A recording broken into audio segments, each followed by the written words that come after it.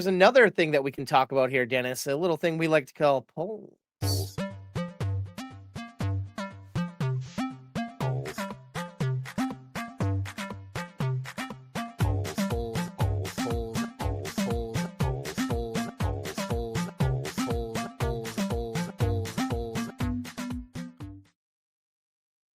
All right, here on episode 228, I reviewed Brendan Fraser's latest film, Rental Family.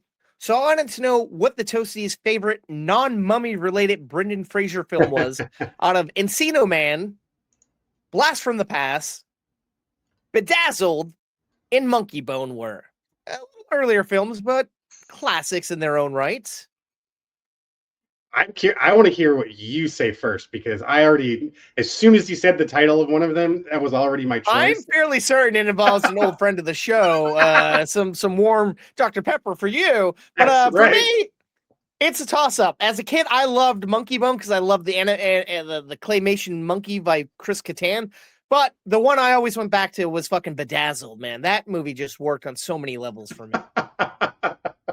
And that's back when fucking right after Spy Who Shagged Me. So I'm like, oh, Hurley and this and that, and like, I don't know. Yeah, Elizabeth Hurley. Yeah, still gorgeous. But yeah, at like 50. Yeah, fucking A. Is it Blast from the Past for you?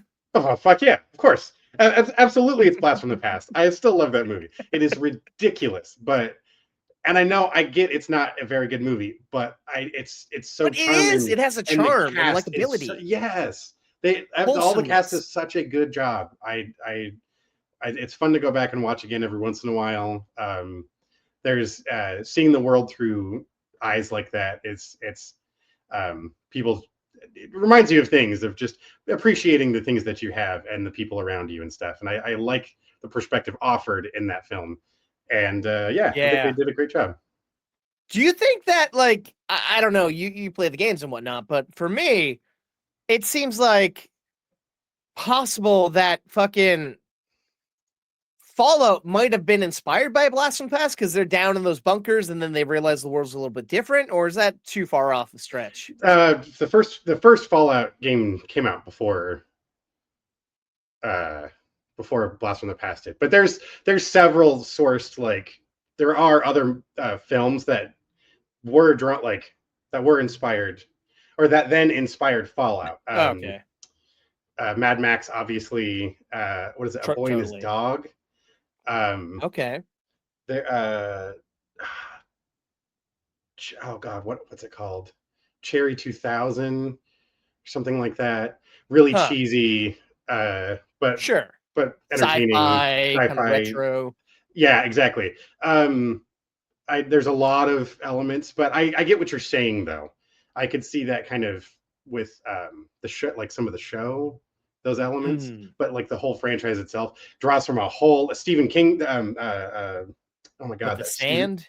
Yes, that's a big influence on the Fallout series as well. Primarily New Vegas. That's a big part of how they structure that. We're gonna. Well, I'm curious which of those elements are coming over. The trailers have already teased a good amount of things. I'm very excited for. So we'll just have to wait and see. On such a huge tangent now away from Brendan. All right, but let's get back to this. Let's see what the Toasties had to say about Brendan Fraser's work. All right. 0% for Encino Man. No love for the Weasel, I guess.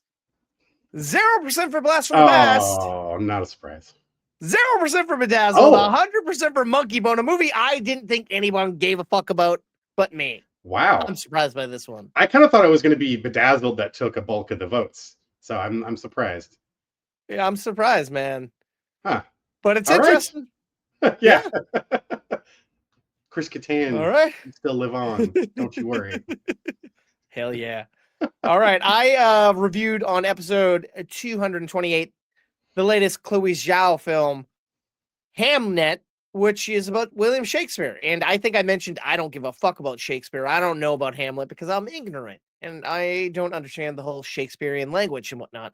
But I wanted to know if the Toasties are fans of Shakespeare.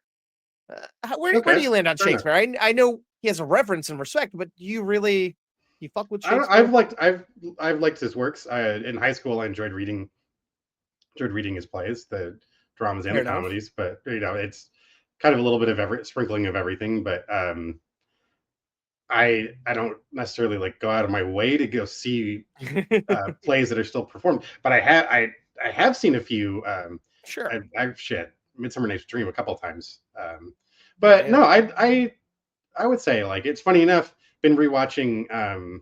Val's been rewatching Sons of Anarchy, and Hamlet is the loose inspiration aspect at the beginning of that show. So you're never going to get away from the elements that the plot devices he used. Now you can't say he created all of them because he also was ripping off other people, but the fact that had that many things written, all of those things were assembled by the same mind in those capacities, I find interesting, and I enjoy the stories.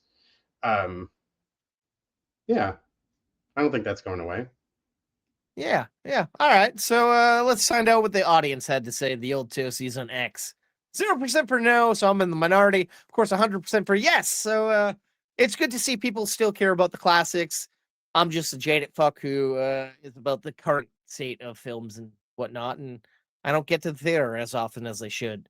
I was. It doesn't matter. Yeah, I don't know. All right. Does that surprise? That doesn't surprise you, I imagine. No, doesn't surprise me at all. Surprise me. I this think is kind of a lame poll here. Sorry.